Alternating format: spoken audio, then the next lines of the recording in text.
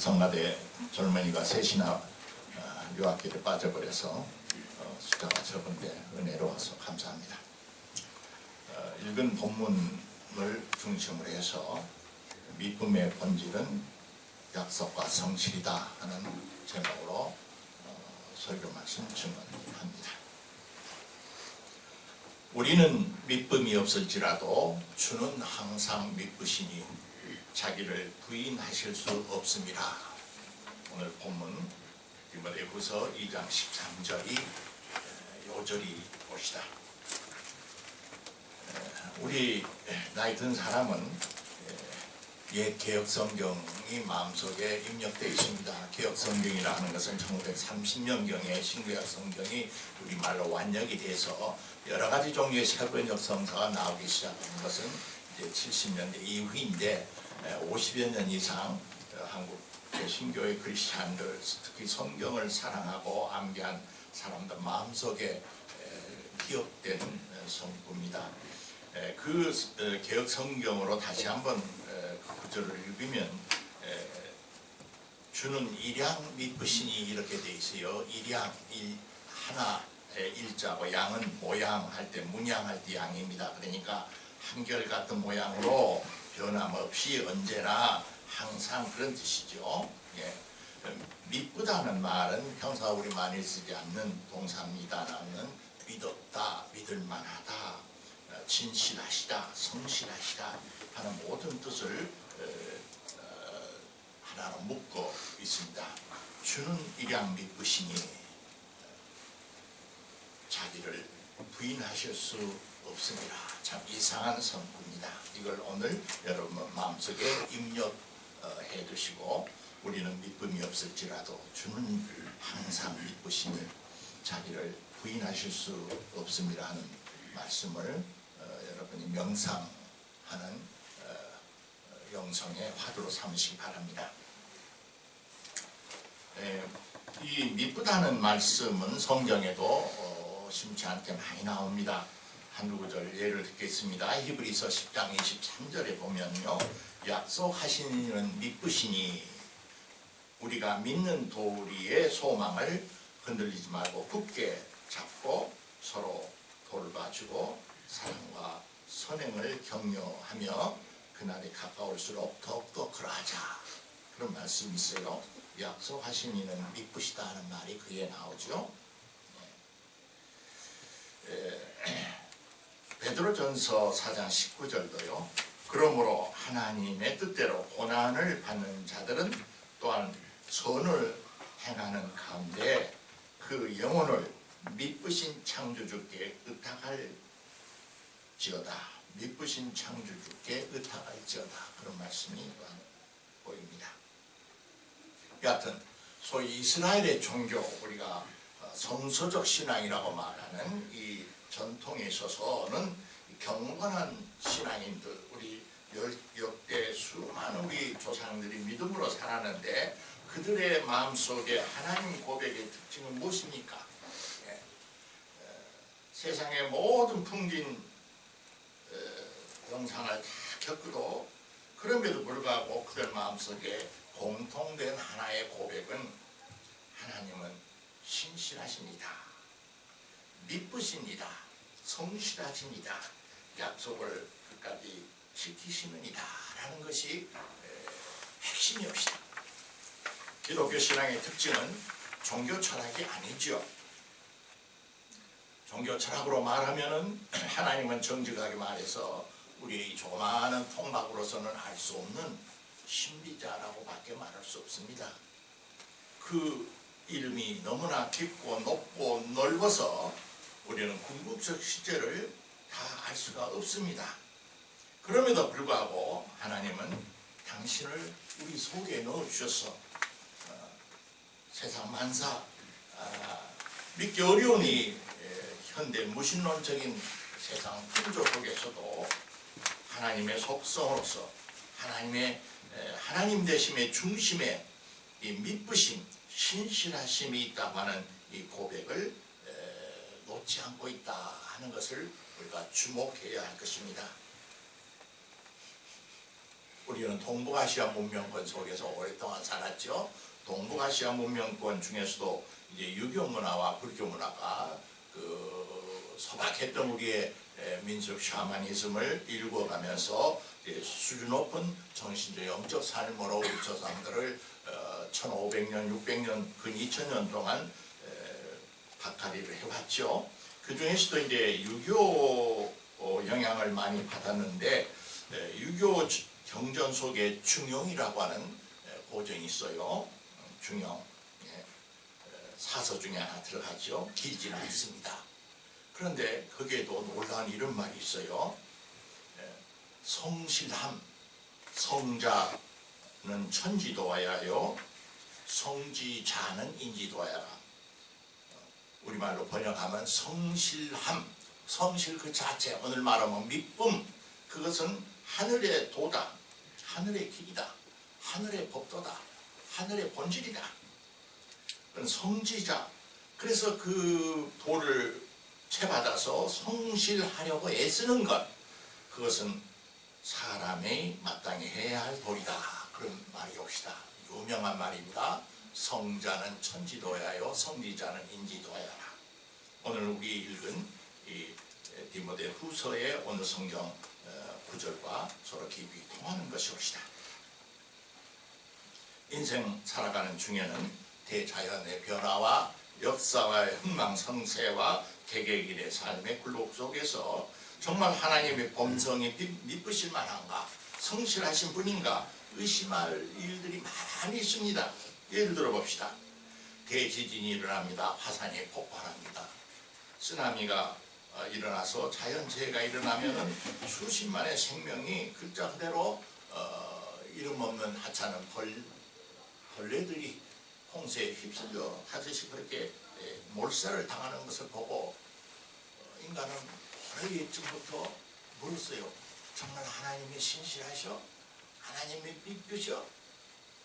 하나님의 성실성이라는 것을 우리가 어떻게 믿을 수 있는가? 이건 자연재해라고 치더라도 인간이 저질러 놓는 역사 속에서 예를 들면 아슈비츠의 그 인간 살육 현장을 가니까 저도 처음으로 거기를 가봤는데 사람이라는 것이 부끄럽더라고요. 그냥 마음이 먹먹해져 버려요. 어떻게 사람이 이럴 수가 있을까? 전쟁 독재자들의 수많은 만행을 겪으면서 우리는 이 종교와 성사가 말하는 하나님의 신실성과 미쁘심에 회의를 갖게 되지요. 개개인 인간 여정에서도 그래도 선하게 살려고 정적에 살려고 했던 사람이 질병과 고난과 급작스러운 사고사를 당할 때 우리는 똑같은 이런저런 것 속에서 우리는 하나님의 신실하신가 미쁘심에 도전을 받는 것이 부정할 수 없는 현실입니다. 그래서 모든 지식인들은 종교를 우리가 가질지라도 그 종교는 우주 만물의 어떤 이법과 질서를 믿는 것이지 하나님 자신의 본성이 미쁘시거나 성실하거나 신실하다는 것은 좀 보류해야겠다. 소위 이것을 지식인들의 이심론이라고 합니다. 이심론, 영국에서 지성인들이 많이 가졌던 태도시다. 그것이 그럴듯해도 그럼에도 불구하고 그런 것을 몰라서가 아니라 그럼에도 불구하고 진실했던 우리의 신앙의 조상들은 하나님은 미쁘시니 주는 항상 미쁘시니 자기를 부인할 수 없다 하는 이 말씀을 굳게 믿었고 수많은 시편의 기자들도 그것을 노래했습니다. 예수님 우리 주님의 마지막 생의 고난을 생각하더라도 지금 우리가 사순절을 지나니까요. 마지막에는 못된 사람들에 의해서 죽임을 당하는 그런 위기에 직면할 때 예수의 사랑했던 제자들 유다의 예수의 배신에 대해서는 학자들이 고한 설이 있습니다. 아무리 그래도 3년 동안 예수님과 한솥밥을 먹고 다녔는데 그렇게 은돈 30냥에 자기 선생을 팔아 넘긴단 말이냐? 그건 껍질만 보는 것이다. 그럴 리가 없다. 뭔가. 그리고 그분은 특별히 예수의 일행의 선교 3년 과정 속에서 재정부장을, 요새 말로 하면 재정부장을 맡길 정도로 신심이 두텁고 신뢰심이 강했는데, 그래 돈 30냥의 선생을 팔아먹는단 말이냐? 그건 껍질만 보는 해석이다 해서 이 유다의 예수님에 대한 배신에 대한 여러 가지 추석서가 역사 속에 있었어요. 그 중에 하나 그럴듯한 것이, 이건 예수님의 생각을 좀 돌려놔야겠는데, 이대로 가면 예수가 예루살렘의 그 못된 사람들에 의해서 죽을 수밖에 없어. 근데 그런 사람들의 손에 예수가 그렇게 죽는 것은 있을 수가 없어. 내 선생님이 그렇게 죽을 수는 없어. 그래서 마지막에 결정적인 사형 선고에까지 이르지 않도록 예수를 체포하게 해가지고 그 절대 절명의 죽음의 기회에서 벗어나게 해야겠다 해가지고 유대 권력자들에게 귀뜸을 해서 체포하게 했던 임기응변을 썼는데, 그만 진행이 그렇게 되지를 않고 로마 총독 당국에게 예수가 이제 인세 임기가 됨으로써 죽음에 이르자 유다는 양심의 가책과 후회를 이기지 못하고 자살했다. 그런 이제 주석가들이 있어요. 그건 성경에 나타나지 않는 거니까요. 그러나 우리가 신앙생활을 하면서 너무나 값싸게 유다가 은전 30의 선생님을 팔아먹었다 하는 그런 그 표피적인 해석은 우리가 상가하면서 좀 더 깊이 생각을 해보는 좋은 계기가 됩니다. 베드로도 마찬가지였어요. 베드로도 수제자 중에 수제자야. 그러나 예수가 정말 그 길을 가라고 할 때, 언제가 제가 여기서 설교를 했듯이 성경 본문이 완화하게 표현을 했지만은 그 헬라 원전에 가까이 가면 아주 베드로가 아주 화를 내면서 선생님 이럴 수가 없습니다 하고 거의 완력으로 예수의 가는 길을 앞에서 막으려고 했다는 것입니다. 우리가 바라는 것은 이것이 아니잖아요. 우리도 집에 가정도 있고 다 직장도 있으니까 다 포기하고 좋은 세상 실현될 것을 기대하고 선생님 모시고 왔는데, 그리 선생님 혼자 예루살렘 들어가서 이렇게 죽어버리면 우리는 어떻게 되란 말입니까? 이럴 수가 있어야 하고 이제 선생님을 완력으로라도 길을 막으려고 했다. 그러나 예수는 담아셔서 도리어 사랑하는 제자에게 사탄아 내 뒤로 물러가라. 너는 하나님 일을 생각하지 아니하고 인간의 혈육적인 이론만을 앞세우구나. 그렇게 힐난을 했다. 사랑하는 내 제자를 그렇게 무섭게 힐난하는 예수님의 심정은 무엇이었을까도 이 사순절에 우리가 생각을 해볼 중요한 테마입니다. 뭐 거기까지는 아니어도 우리가 일상 가정생활에서 자식을 기르는 부모가 흔히 빠지기 쉬운 문제점도 그겁니다. 자식을 사랑하기 위해서 자식은 세상 경험이 없기 때문에 좀 더 이상이 높고 순수를 추구하고 자기가 하고자 하는 인생에 가치 있는 일을 추구하려고 하는데, 자식의 길을 막고 이상을 추구하지 못하게 하고 자식을 안전하게 편하게 현상 세계에서 소위 1등급 인생을 살겠다. 이거 다 뭐 나를 위해서냐, 다 너희를 위해서, 너를 위해서 그런 거라 하고 부모의 사랑으로 자식을 그렇게 집에서도 흔히 가르치는 것이 100이면 90인데 본질적으로 베드로나 유다와 50% 100%라 그 말입니다. 그런데 가만히 생각해보면 성실 믿음이라고 하는 것은 오늘 보면은 하나님께서 자기를 부정할 수 없음이라 그런 이상한 말이 있죠. 이것은 생명 속에 있는 아주 핵심 원리, 본질적 명령이기 때문에 믿음과 성실을 잘 지키면은 그 결과가 행복해진다 할지, 복을 얻는다 할지, 불행한 일이 다가오지 않는다 할지 이런 것과는 상관없는 거라는 겁니다. 예.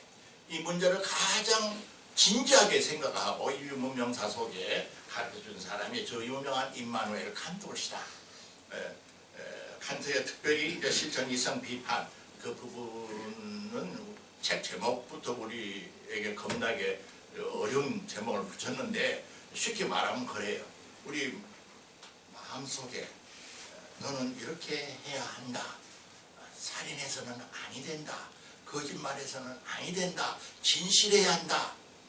권력에 악으로 해서는 아니 된다. 하는 등등의 어떤 양심의 명령은 지상명법이라는 거예요. 지상명법. 지구하다는 지자하고 우상자.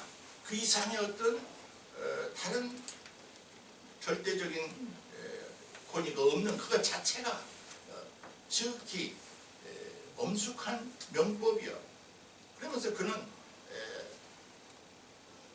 특히 교회 다니는 사람들이 선한 일을 많이 하면 죽은 다음에 하나님께서 보상을 해줘서 천국에서 우리를 행복하게 맞이해 주실 거야 한 것도 신앙인의 평범한 신앙인으로서는 탓할 것이 없을는지 몰라도 인간의 도덕률의 양심의 지상명법에 비춰보면 상당히 하급 신앙이라는 거예요.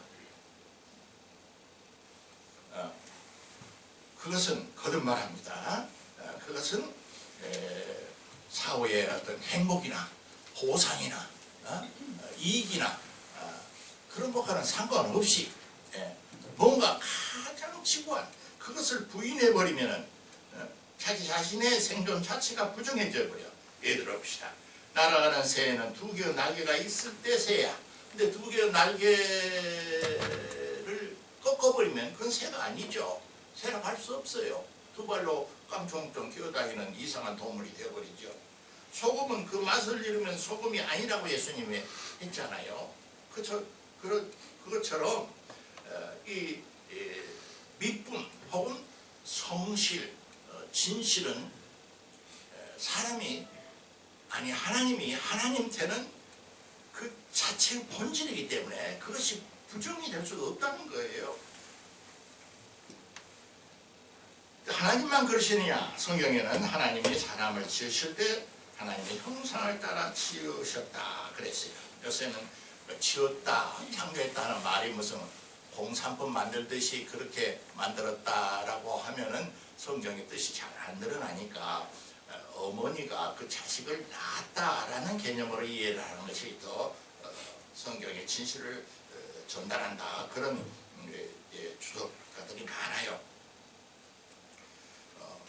부모는 자식을 낳는다 하는 말은 물론 고통과 산통을 통해서 낳지만은 공산품과 다른 것은 부모의 형질을 닮죠. 닮아. 어젯밤에 설교를 준비하면서 옛날 중고등학교 때 읽었던 발가락이 닮았다라고 하는 단편, 김동인의 문학작품인가요?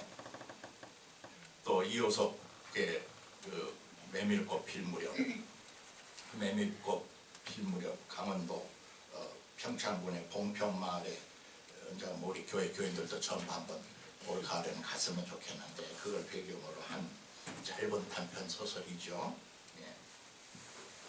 저는 장편보다도 한국의 단편 소설을 참 좋게 읽었어요.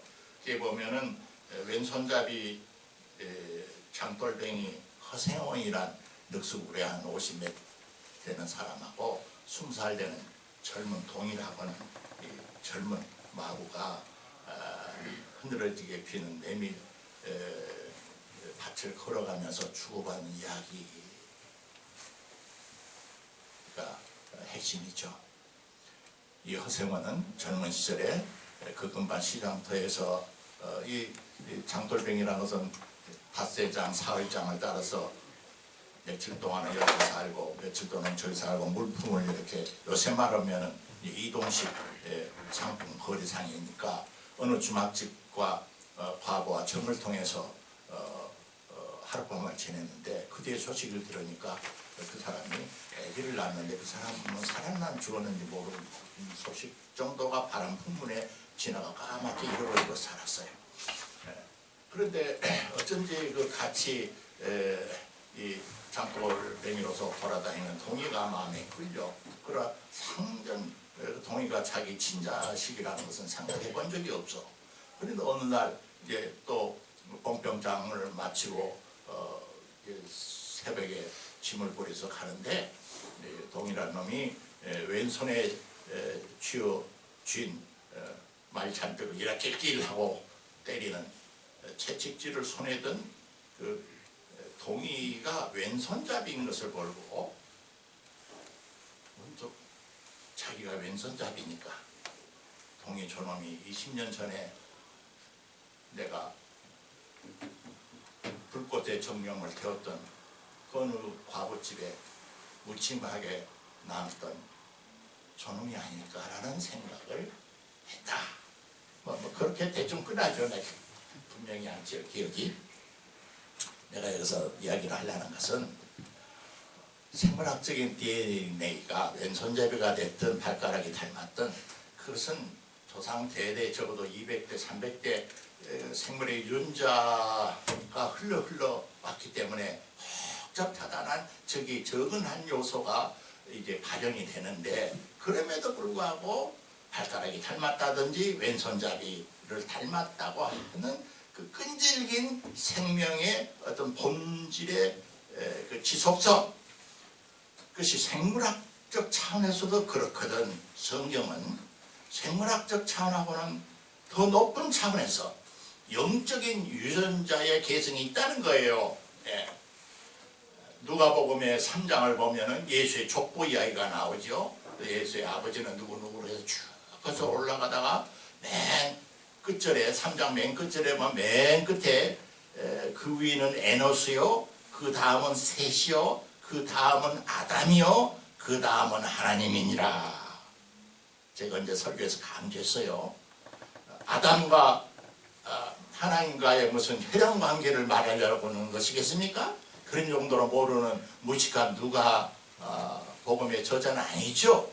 그럼 그 사람이 말하려는 그 뜻이 뭐겠어요? 응? 예. 동이가 친아버지가 허생원인지는 모르지만 왼손잡이의 그 형질을 물려받듯이 오늘 요절로서는 우리는 미쁨이 없을지라도 주는 일양 미쁘시니 우리는 미쁨 성실성을 다 잃어버렸지라도 지우려도 지울 수 없는 인간 본질의 본성의 핵심 속에 하나님을 닮은 미쁘심이 있다는 거예요. 그 성실이 있다는 거예요. 진실이 있다는 거예요. 그것이 다 지워져 버리고 흐려지고 엉망진창이 됐을 때 그것을 다시 회복하기 위해서 마치 지난 언젠가 내 설교 속에 저 콘스탄티노플의 그 성당 소피아 성당에 페인팅 칠했던 그 벽을 다시 다 복원을 해서 닦아내니까 원래의 성모 마리아상이 비잔틴 제국시절에 있던 마리아상이 다시 우리 눈앞에 나타났듯이 예수의 보혈로 우리가 구원을 얻는다 하는 말은 무슨 말이냐 하면은 하나님 우리 본성 속에 그려주신 그 미쁘심, 진실함, 성실함이 페인팅을 칠하고 때꼽자기 끼고 뭐 전쟁에 파편이 박히고 핏자국이 묻혀서 전혀 알아볼 수 없게 됐는데 보통으로는 지워지지가 않아. 근데 예수의 자기 희생이 보혈로서 지우니까 그것이 지워지고 본래 우리의 품성의 온 모습이 나타나게 되었다. 그 뜻이요. 우리가 예수의 보혈로 우리가 구속함을 얻고 새 사람이 있단 말은 그런 뜻이란 말이에요. 그럼 그때 나타난 것이 뭐냐? 마리아가 예수를 껴안고 있는 그 모습이 소피아 성당에는 나타나는지 모르지만 오늘 성경에서 보면은 미쁘심이라는 거예요. 미쁘심, 성실, 진실. 우리는 일상생활 속에서도 우수히 많은 미쁨이 없는 사람들, 성실성을 헌신작적 버린 사람들을 만나면서 싸우면서 속상하면서 상처받으면서 살아갑니다. 그럼에도 불구하고 이 세상 우리와 동시대 사람들 중에서도 많은 사람이 그들의 인간성 깊은 곳에 자기를 부인할 수 없는 그 믿음, 성실성, 진실성, 신성의 씨앗을 지키고 그것을 발현시켜 나가려는 많은 사람이 있다는 것을 우리가 절대 잊어버려서는 아니 될 것입니다. 그들은 그것을 지키기 위해서 손해를 보고 박해를 받고 직장을 잃고 하는 것을 별로 개의치하지 않아요. 저는 그것이 곧 저 유명한 인간은 신의 아모라라고 하는 말의 참뜻이라고 봅니다.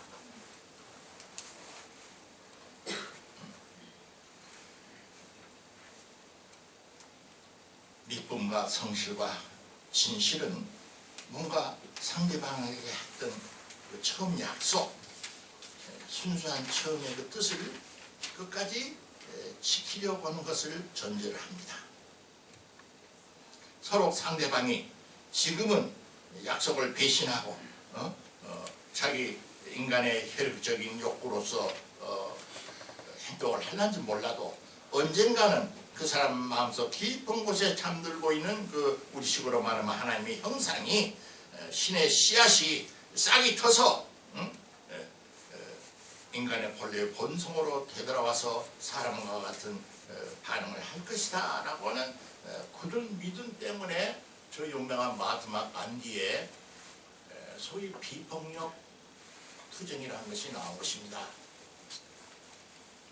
당시 10억 가까운 인도를 통치하는 대영 제국은 글자 그대로 폭력과 무력과 현대 무기로서 게임이 안 되는 거예요. 그 주위에 간디를 존경했던 네루를 비롯해 많은 사람은 선생님 제발 현실을 보십시오. 현실은 그것이 안 통합니다. 너무나 이상적입니다. 너무나 낭만적입니다. 도대체 비폭력 저항이라는 게 말이 됩니까?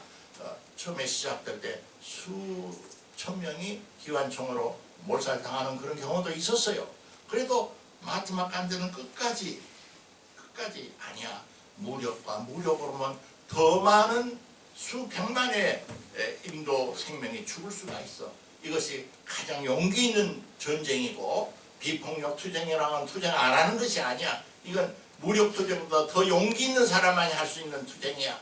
자기 자신의 마음속에 오늘 용어로 말하면 하나님의 씨 진실성 성실성을 믿고 그 상대방에도 그들에게 기관총을 들이대는 식민지 지배 통치자인 영국 군인들과 그 지도자들 속에도 그것이 있음을 믿고 끝까지 믿어주고 나가는 그런 태도였죠. 지나고 보면 결국 간디가 이겼죠. 간디가 이겼어요. 무력으로 독립투쟁을 했다고 했다면 인도는 더 많은 희생과 독립 자체가 늦었을지도 몰라요. 제가 마지막에 말씀을 드리는 것은 오늘날 한반도와 동북아시아 정세가 바로 지난주 때만 해도 곧바로 전쟁이라도 날 것 같이 살기 등등하고 남북을 막론하고 세계 군사 패권주의자들이 칼춤이 참 우리 마음을 불안하게 했지 않아요? 그런데 저는 참 감사한 생각이 들었어요. 뭔가 하나님께서 인간의 역사 속에 민족사 속에 세계사 속에 하나님의 애타심이 전혀 개입이 안 한다고 불신앙을 하면 몰라도 그걸 조금이라도 믿는다면 하나님이 그래도 인류를 특히 동북아시아의 한민족을 긍휼히 여기시는구나 하는 생각을 하게 돼서 밤에 일어나서 무릎을 꿇고 감사 기도를 했어요. 그것은 여러분이 신문에 보셔서 알겠지만은 물론 현실적으로는 중국과 미국이라는 패권국가 서로 자국의 안전을 위해서 서로 발견을 하는 정치적인 주고받기라고 하지만은 전혀 다른 차원으로 전세가 지금 급변하고 있지 않습니까? 소위 대리 미국 국무장관과 중국의 왕의는 그 의연하다 할 때 의자요. 임금 왕자 쓰고 한문이 좀 어려운데 왕의라는 외교부 장관, 미국으로 말하면 같은 이제 급수의 공무원이죠. 둘이 만나서 지금 비핵화와 평화협정을 빙해서 동시에 처리하자고 논의하고 있다. 그 일밖에 사는 길이 없어요.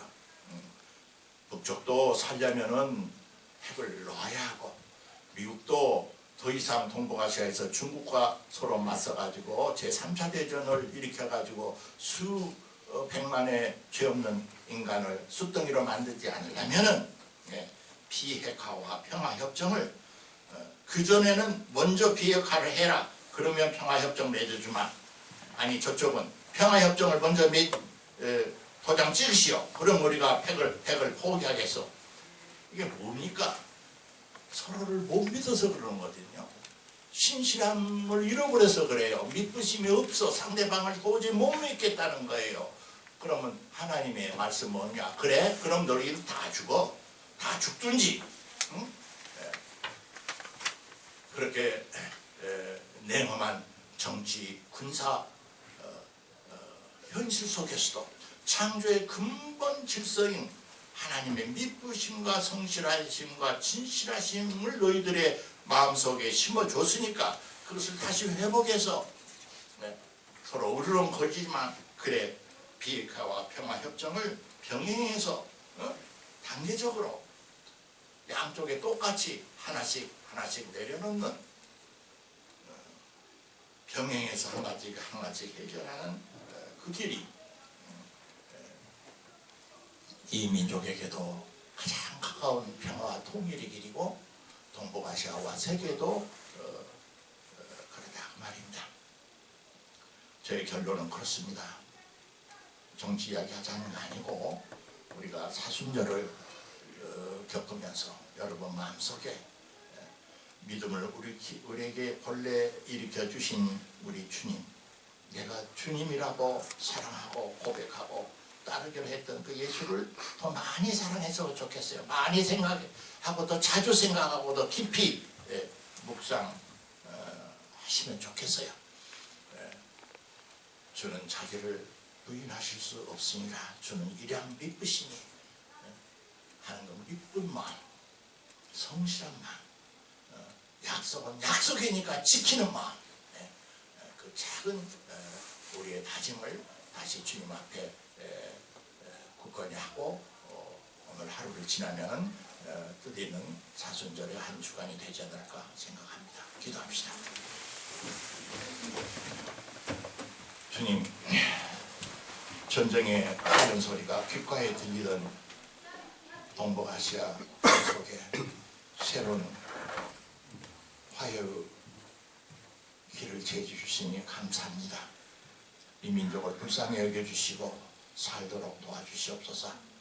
먼저 믿는 우리들이 우리 마음속에 깊이 심어주신 하나님의 형상 놓지 않게 하시고 신실과 믿음으로 주를 찬양하게 하시옵소서. 우리 주 예수 그리스도의 이름으로 감사하고 기도하옵나이다.